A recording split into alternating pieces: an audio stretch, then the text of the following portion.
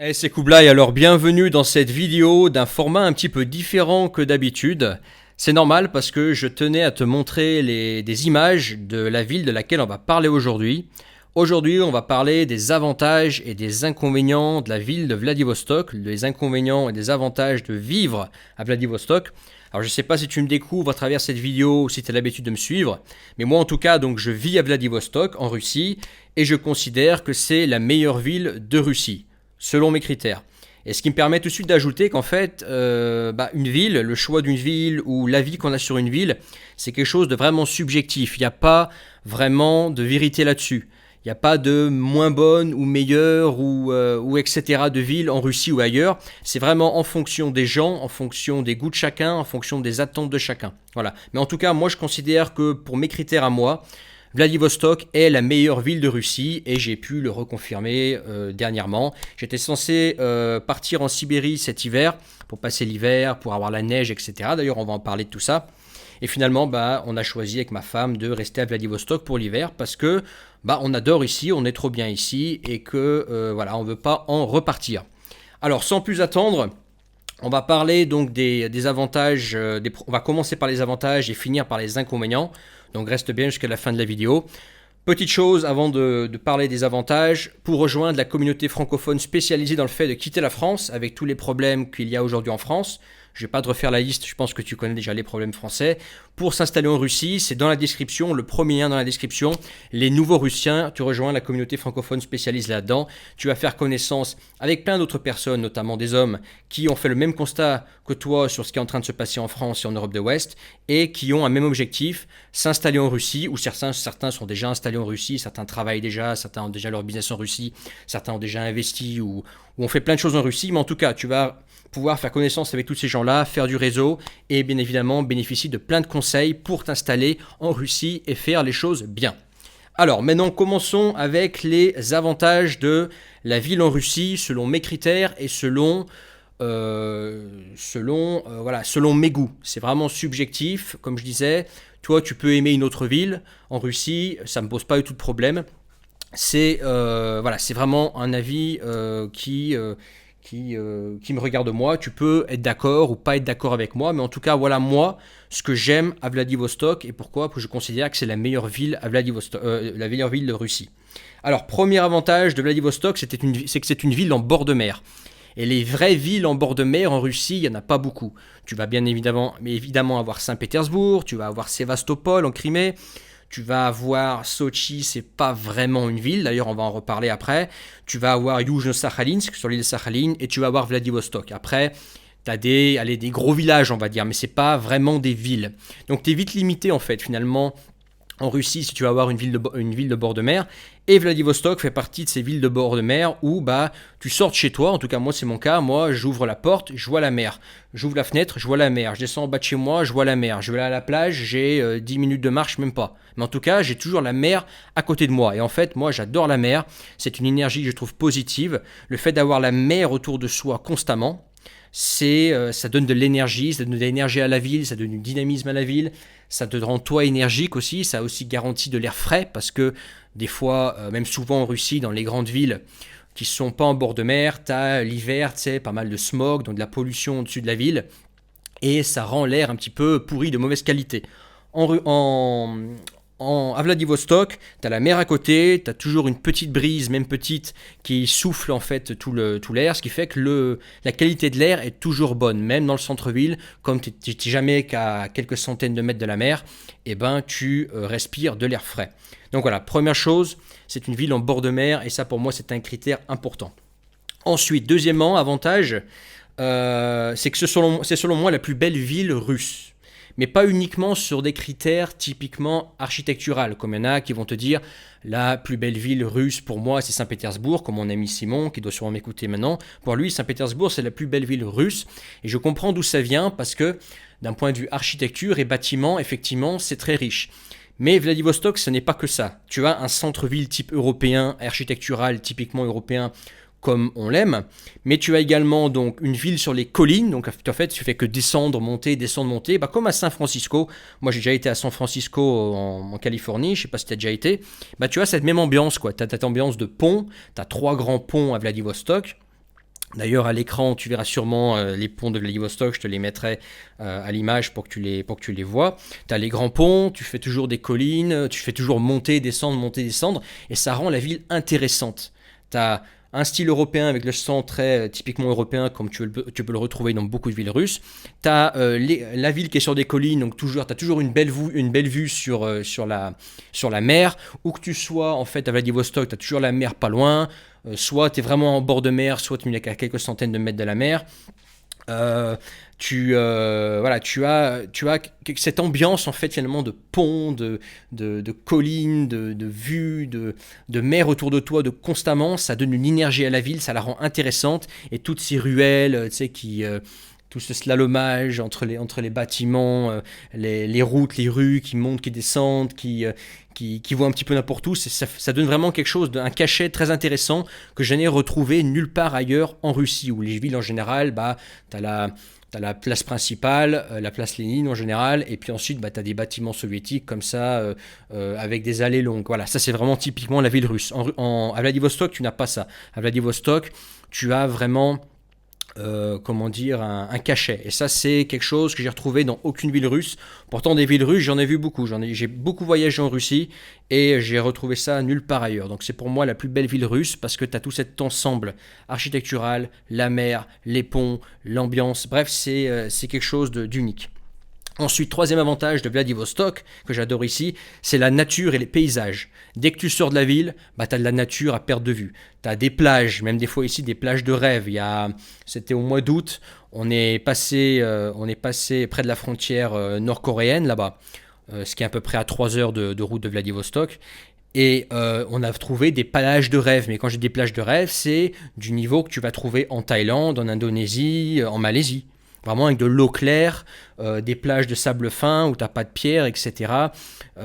Très poissonneux, l'ambiance, bah, comme si tu étais en fait quelque part en Asie du Sud-Est, au bord d'une plage, alors que tu es bien en Russie. Et ça, pareil, j'ai beau avoir été sur l'île de Sakhaline, dans le sud-ouest de la Russie, en Crimée, près de Kaliningrad. Il y a aussi également là-bas des coins très jolis, notamment en Crimée, c'était vraiment époustouflant, mais c'était pas au niveau de ce que j'ai pu trouver ici. Vraiment ici, il y a certaines plages ici qui sont vraiment à couper le souffle. Voilà.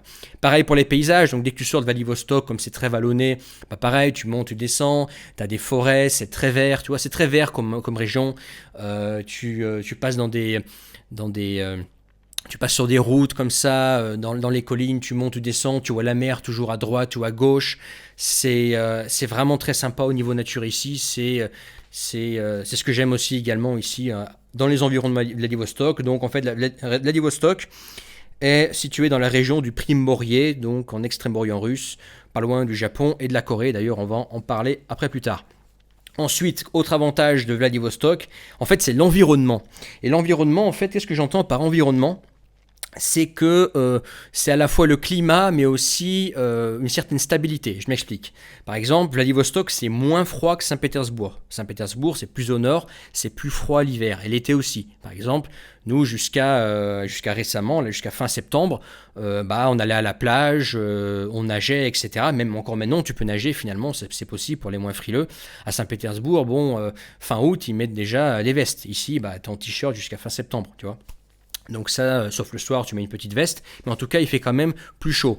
Pareil pour Yuzhno-Sakhalinsk. Yuzhno-Sakhalinsk, donc c'est sur l'île de Sakhaline, qui est plus froid que Vladivostok, ville que j'adore, hein, Yuzhno-Sakhalinsk, mais c'est plus froid. Et puis c'est également plus stable en fait, c'est plus stable que d'autres villes en bord de mer, comme par exemple Sébastopol en Crimée, que je connais, dans lequel j'ai été, qui a son intérêt aussi, mais mine de rien, c'est en Crimée. La Crimée, on dira tout ce qu'on voudra, ça reste une zone instable, ça reste une zone où il y a certaines choses qui peuvent être plus compliquées, ou par exemple, si tu veux faire tourner un business, que tu as des applications, etc. Ça se fait tout ça, mais c'est plus compliqué, c'est beaucoup moins stable comme zone. Moi, en tout cas, je ne m'aventurerai pas à aller investir à Sébastopol ou à vivre là-bas, parce que ça reste une zone, mine de rien, assez instable. Tu vois. Vladivostok, tu n'as pas ça. Vladivostok, c'est russe, et puis c'est tout, quoi, tu vois. Alors, la Crimée, c'est russe aussi, on est bien d'accord, mais mine de rien, tu sais jamais ce que le bloc américano-européen peut penser, et puis ça peut repartir en trouble là-bas, etc. C'est reste instable. Et puis aussi, Vladivostok, pour parler de l'environnement, en fait, c'est une vraie ville. C'est une vraie ville avec des standards de ville. Et pourquoi je te parle de ça? Simplement parce qu'à Vladivostok, tu vas pouvoir trouver des standards, par exemple du service, une certaine qualité. Alors, toute relative en Russie, hein, parce que le service en Russie, on sait que bon, c'est amélioré. La qualité, c'est pas ce qu'il y a toujours de meilleur, mais en tout cas, par rapport, par exemple, à une ville comme Sochi, ici, tu as des vrais standards de ville, comme tu peux le retrouver, par exemple, à Novosibirsk, ou tu peux le retrouver à Saint-Pétersbourg, etc. Parce que, voilà, ici, tu es dans une ville, tu as 600 000 habitants, ce qui n'est pas trop grand, pas trop petit. Et à Sochi, c'est dans les 400 000. Mais par contre, la façon, déjà la mentalité sur place, et puis la façon dont les choses se font à Sochi, c'est plus mentalité de gros village. Et voilà, les standards, en tout cas, moi quand j'étais à Sochi, j'ai été vraiment très déçu par la qualité du service, qui est selon moi vraiment pour les prix que tu payes à Sochi et ce que Sochi est. N'est pas au niveau. Alors qu'à Vladivostok, tu n'as pas sur mon avis, hein, après tu peux être d'accord, ne pas être d'accord, mais pour mon avis, à Vladivostok, là, tu as vraiment une qualité de service quand même de ville. Tu es dans une ville à Vladivostok, voilà. Sans pour autant que ce soit une grande ville. Ça, c'est un autre avantage de Vladivostok, c'est que c'est une ville de bonne taille, selon mes critères toujours. C'est pas trop petit, c'est pas trop grand. Tu as environ 600 000 habitants. Et je trouve que c'est la taille idéale, tu vois. En dessous, rapidement, tu tombes dans le gros village. Et au-dessus, dès que tu dépasses le million, etc., c'est trop gros, quoi. T'as trop de bouchons, t'as trop de bordel en ville, etc., de construction, etc. Alors que Vladivostok, c'est l'entre-deux qui, en tout cas, moi, selon mes critères, qui me va bien. 600 000 habitants pour une ville, ça me suffit. J'ai pas besoin d'une ville de, je sais pas, plusieurs millions d'habitants. Ça, c'est pas du tout un truc qui m'attire. J'ai vécu à Moscou, hein. J'ai vécu à Moscou pendant 4 ans. J'ai adoré Moscou, mais je préfère vivre dans une ville de province avec une taille de 600 000 habitants comme Vladivostok. C'est parfait. Autre avantage de Vladivostok, en fait, ce sont les gens. Euh, on me dit souvent que en Russie, les gens sont froids. C'est à la fois vrai et faux, mais je vois ce que ces gens-là veulent dire quand ils disent que les Russes sont froids. Mais en tout cas, à Vladivostok, c'est ce qu'on adore vraiment ici avec ma femme. On a parlé il n'y a pas longtemps d'ailleurs. En fait, c'est la spontanéité des gens. En fait, les gens ici sont spontanés et ils n'hésitent pas à venir te parler. Quand tu leur demandes quelque chose, ils sont pas sur la défensive, ils sont assez souriants, je trouve, et ils sont ouverts en fait. Tu peux, avec un inconnu, facilement en fait, parler comme ça, aller voir un inconnu, parler et entamer une discussion de quelques minutes et ça se fait de façon fluide en fait. Je trouve ici les gens beaucoup plus spontanés et ouverts. Ma femme aussi, donc qui est de Sibérie orientale et qui a aussi vécu à Moscou et puis dans d'autres pays. On trouve ici les gens finalement spontanés, spontanés ouverts, c'est ça les mots. Et on aime cette mentalité, en fait, on aime la mentalité de l'extrême-orient russe, qui, je trouve, se distingue de ce que tu peux trouver ailleurs en Russie. Ça pareil, c'est très subjectif, mais en tout cas, je trouve la mentalité ici, je trouve que je sais pas, les gens ici sont plus simples, mais pas dans le sens péjoratif, dans le sens positif, plus simple, plus spontané, plus ouvert. Je pourrais le dire en anglais, mais je sais pas comment te dire. Plus easy going, tu vois. Voilà, ils se prennent pas trop la tête, quoi, tu vois. Et ça, c'est un truc que j'aime ici. C'est pareil, on retrouve ça, par exemple, dans le style de vie de Vladivostok, les sorties le soir, les balades en bord de mer, les gens qui sortent, les passionnés de voitures, les passionnés de moto, ceux qui vont à la pêche, etc. Le pêcheur, quand tu pêches à côté de lui, qui t'aborde avec un sourire, etc. C'est typiquement, voilà, quelque chose qui fait partie de la mentalité ici que j'adore, quoi. C'est vraiment cette mentalité ouverte, simple et voilà, spontanée. Ça, c'est un gros avantage qu'on a trouvé ici à Vladivostok, que j'avais déjà noté avant, mais là, ça m'a permis de le confirmer encore plus. Autre chose, avantage de Vladivostok, selon moi, en fait, c'est la proximité, et c'est pas que selon moi d'ailleurs ça. D'ailleurs, après, on va parler d'avantages qui sont selon moi des avantages, mais qui ne sont pas forcément pour toi. Mais en tout cas, un autre avantage de Vladivostok, en fait, c'est la proximité avec des pays d'Asie intéressants. Vladivostok, si tu ouvres une carte, hein, tu vois où c'est. Hein, c'est quelque part au milieu entre la Chine, la Mandchourie, entre la Chine, la Corée du Nord, la Corée du Sud plus loin, et le Japon à l'est. Ok ? Donc en fait finalement, géographiquement parlant, Vladivostok est en pleine Asie du Nord-Est, même si c'est une ville avec une très grande, majoritairement une influence européenne, bien qu'il n'y ait pas que des Européens ici, il y a aussi des Asiatiques, soit des Asiatiques venant de Russie, soit des Asiatiques venant d'autres pays. Il y a des Chinois, bon en ce moment il y a moins de Coréens et de Japonais, mais en temps normal il y en a, ils viennent là pour du business. Tu as également des Coréens qui viennent d'ici, tu as d'autres Asiatiques qui viennent d'Extrême-Orient russe, et puis également tu as les Russes. Là. Les Russes en fait, les Russes ethniques représentent ici la majorité de la population. Et ça se voit aussi dans l'influence, on va dire, du centre-ville, etc., que ça a toujours été, enfin, du moins depuis très longtemps, une ville slave russe. Mais l'avantage en fait d'avoir ces pays à proximité, ça n'a pas qu'un avantage finalement. Par exemple, moi j'aime bien l'Asie, tu vois, j'aime bien voyager en Asie. Alors forcément, si toi tu es attiré par l'Asie, tu aimes l'Asie, bah sache que Vladivostok-Tokyo, c'est 2 heures de vol. Vladivostok-Séoul, c'est 1 heure et demie. Ouais, c'est très proche, tu vois. C'est comme si tu voyageais en Europe.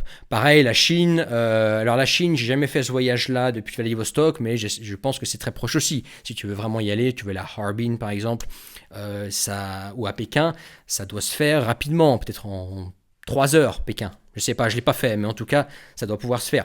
Tu vois, c'est vraiment très proche.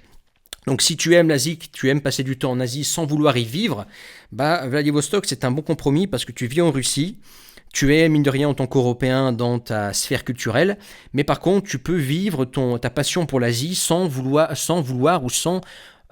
y vivre. Tu peux faire ton week-end à Tokyo, ta semaine à Séoul par exemple, sans problème. Donc ça c'est le premier avantage. L'autre avantage c'est pour du développement de business en fait. Pour du développement de business avec ces pays. Il ne faut pas oublier que le Japon, c'est quand même le Japon, c'est un fort pouvoir d'achat.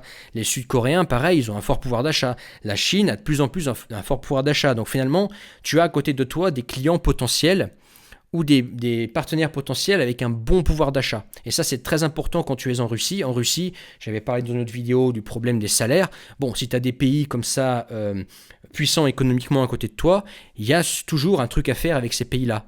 Et ils sont à côté de toi. Développement, je disais de business, également pour le travail. Pour le travail, forcément, avec ces pays à proximité, ça crée des liens avec la Chine, la Corée du Sud, le Japon, etc. Et ça peut apporter plus d'opportunités de business par des entreprises asiatiques qui s'installent ici. Ou toi, par exemple, si tu parles des langues étrangères, ça peut toi t'ouvrir des portes parce que tu as la facilité, enfin, tu n'as pas la facilité, tu as c'est pas le bon mot, tu as la faculté de comprendre ou d'écrire ou de parler, par exemple, le japonais, le coréen ou la Chine, bah, tu vas facilement sortir du lot parce que ces pays sont à côté et il y a forcément des liens qui sont faits, quoi. Donc ça, c'est un gros avantage. En fait, c'est un gros avantage que ces pays d'Asie soient à côté. Et surtout, ce ne sont pas des petits pays tout pourris. Non, là, on parle quand même du Japon. Japon, c'est économiquement très puissant. La Corée du Sud, qui est aujourd'hui une petite puissance. Et puis la Chine, qui est la première puissance mondiale finalement aujourd'hui. Bon, c'est à nuancer, mais mine de rien, économiquement, c'est des pays très intéressants. Voilà. Donc ça, c'est l'avantage d'avoir des pays d'Asie comme ça à côté de toi à Vladivostok. Voilà. Gros avantage. Autre chose. Alors là, par contre, il me reste 2 avantages à te donner. Après, on passe aux inconvénients. Les 2 avantages qui vont suivre, c'est vraiment très subjectif. C'est-à-dire, c'est vraiment selon mes goûts perso. Donc, aussi bien toi, ça te fera rien. Mais si tu as les mêmes goûts que moi ou que tu es intéressé par les mêmes choses que moi, toi, ça peut quand même t'intéresser. Ce que j'aime aussi, moi, en fait, à Vladivostok, c'est la variété des cultures que j'aime bien. Moi, en fait, les cultures que j'aime et que je respecte, en fait, ce sont les cultures européennes et les cultures asiatiques. Et en fait, Vladivostok, c'est exactement ça. En fait, c'est une ville européenne au milieu de l'Asie du Nord-Est avec une influence asiatique. Voilà.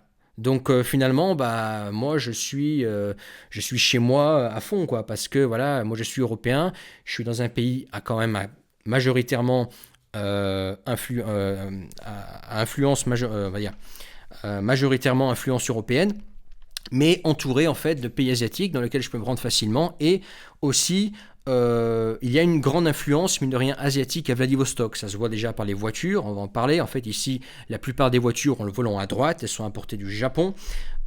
Également, la bouffe, tu vois, beaucoup de baraques à bouffe japonais, coréens, même japonais, voilà, des japonais qui viennent travailler ici pour faire de la bouffe japonaise, pas de la bouffe japonaise faite par les Russes, non, vraiment de la vraie bouffe japonaise avec la qualité japonaise, coréens, chinois, vietnamiens. Tu sens cette influence asiatique forte dans la ville, malgré que ce soit une ville au départ européenne. Ça se ressent également, par exemple, un autre avantage que je trouve ici, c'est le dernier avantage dont je vais parler, c'est la culture JDM. La culture JDM, c'est en fait la culture de la voiture japonaise. Donc si toi tu aimes les voitures japonaises, que tu es fan de Fast and Furious, ou que tu es fan de rallye, que tu es fan de sport automobile, de moteur, etc., et que tu aimes les voitures japonaises, et sache que Vladivostok, c'est le paradis de la voiture japonaise en Russie. Simplement parce que le Japon est pas loin et que c'est par ici que passent les voitures qui sont importées du Japon. C'est par ici que passent toutes les voitures importées du Japon qui sont ensuite envoyées un petit peu partout en Asie, en Russie, pardon. Et moi c'est un truc que j'aime en fait. J'aime le volant, j'aime la conduite, le sport automobile, y compris les voitures japonaises. Et en fait ici tu es dans une ambiance le soir constante de clubs de passionnés de tel ou tel moteur ou tel modèle. Et c'est vraiment partout, quoi. T'as des petites bombes japonaises qui roulent constamment à Vladivostok. Et moi, en fait, à chaque fois que je vais marcher ou que je roule, je croise des modèles rares japonais des années 90, 2000, vraiment des légendes, etc. Et puis, pour moi, c'est un plus. C'est pareil, la culture de la JDM, c'est également le drift. C'est également la course automobile sur circuit avec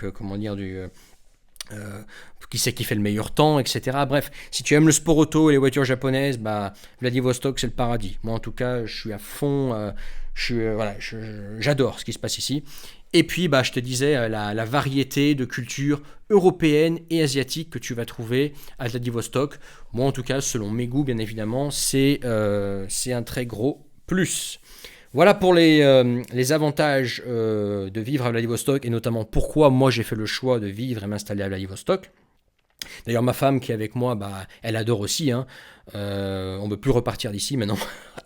donc voilà. Maintenant on va parler des inconvénients parce que forcément chaque ville a ses avantages et ses inconvénients. Et à Vladivostok, il y a aussi des inconvénients.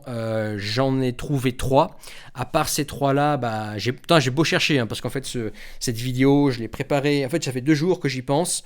Et j'arrive pas à trouver plus que 3 inconvénients. Mais en tout cas, notamment un inconvénient, le plus gros inconvénient dont on va parler, et puis ensuite je rajouterai 2 inconvénients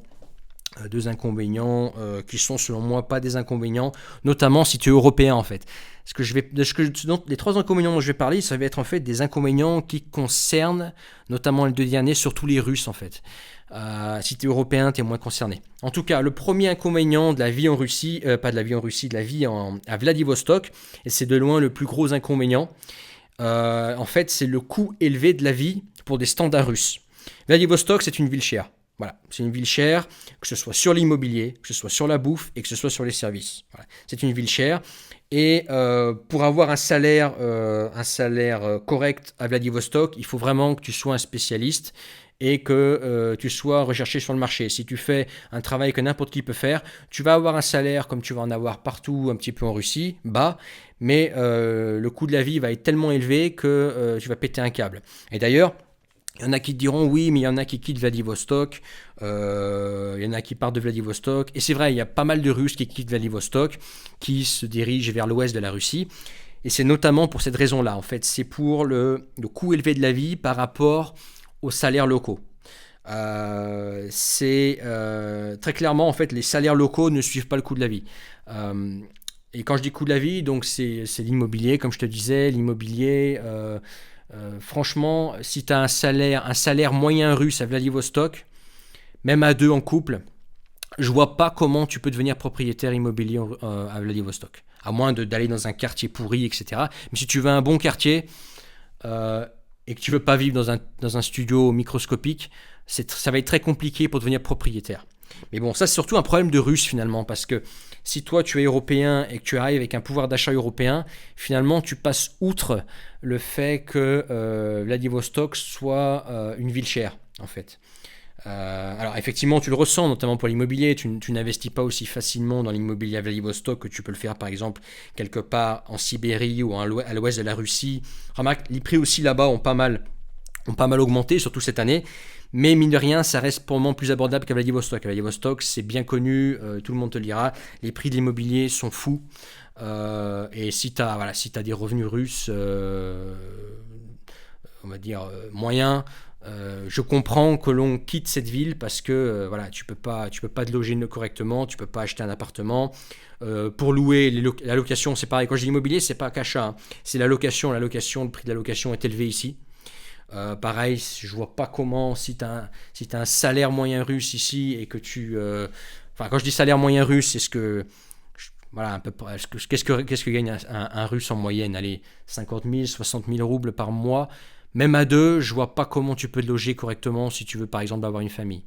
Ça va être très compliqué. Ou alors tu mets vraiment rien de côté et tu manges des pâtes, quoi. Et tu roules dans une voiture pourrie. Pareil pour la bouffe, franchement la bouffe ça tape, c'est ce qui nous a le plus choqué. Alors toute mesure, bon moi je suis pas concerné, je suis bien loti on va dire, mais quand je vois la dépense en bouffe qu'on a ici par rapport à la Sibérie, attention, hein, c'est une petite rouste derrière la tête, hein. C'est voilà, c'est clairement deux fois le prix. Pareil pour les services, par rapport à la Sibérie où j'étais, le prix des services, tu doubles. En fait, tu doubles tout. Voilà. Tu doubles tout, tu doubles le prix de tout.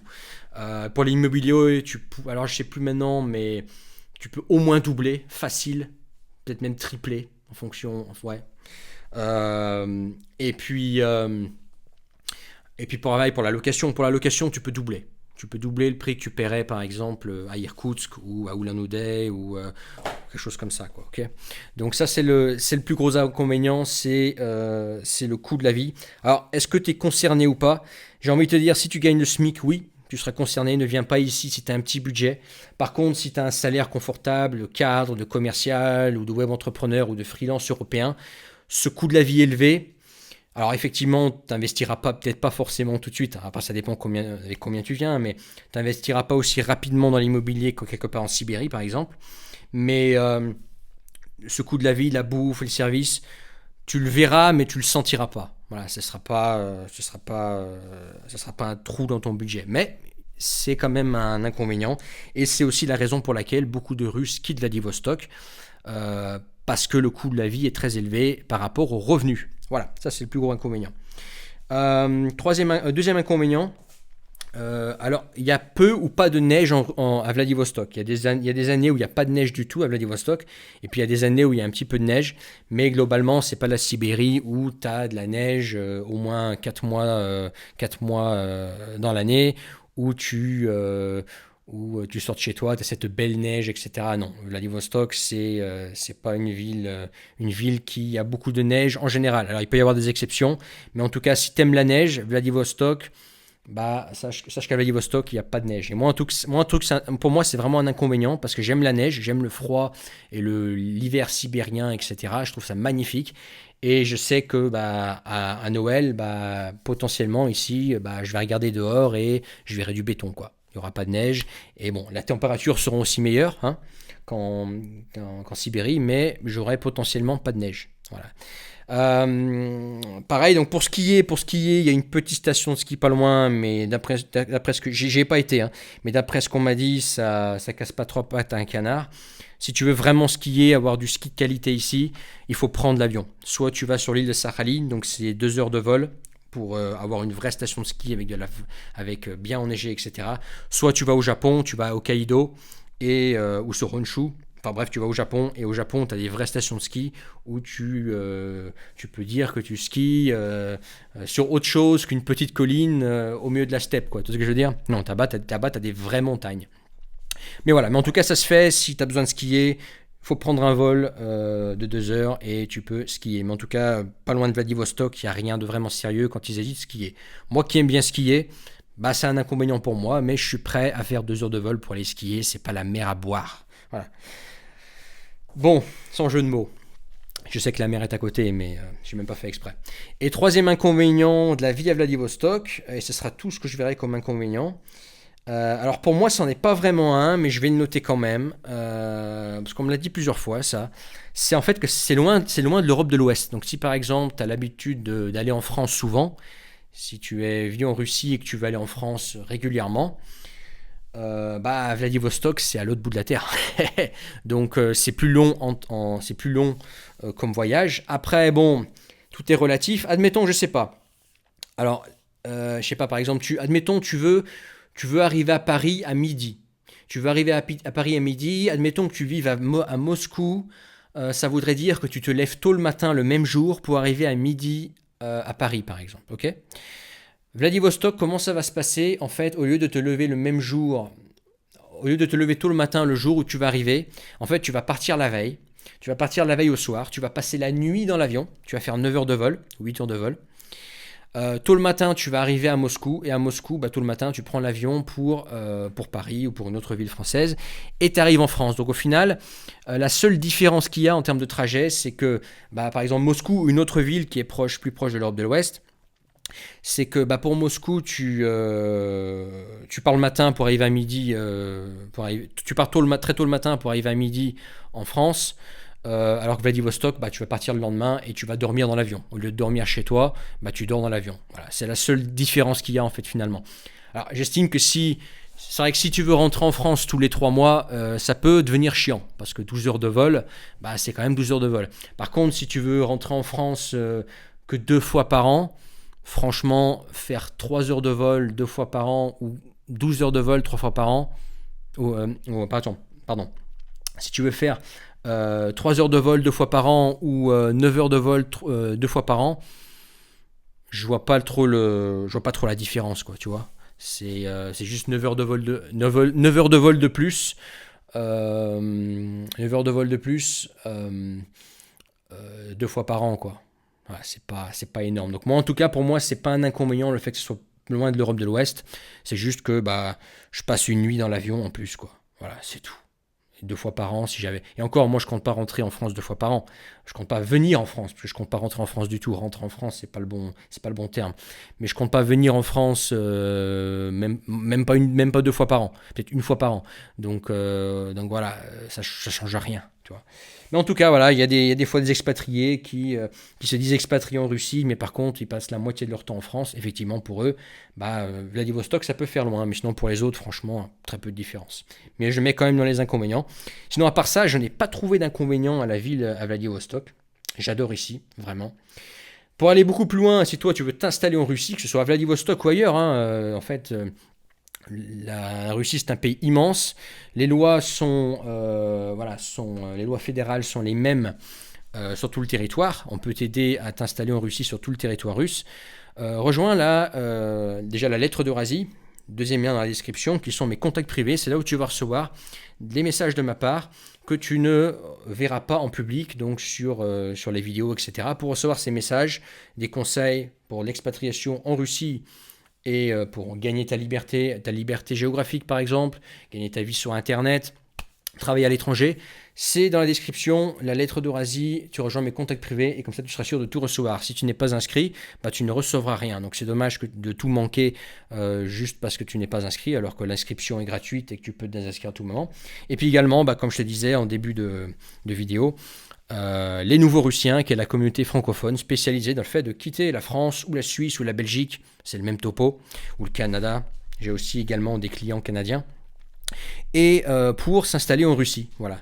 On a fait un même constat et on a un même objectif, s'installer en Russie. C'est dans la description, les Nouveaux Russiens. On se retrouve là-bas. En tout cas, là, si tu as aimé cette vidéo, mets un like, mets un commentaire en bas de la vidéo pour donner ton avis si tu as envie. Et puis, peut-être à bientôt pour une autre vidéo. Ciao!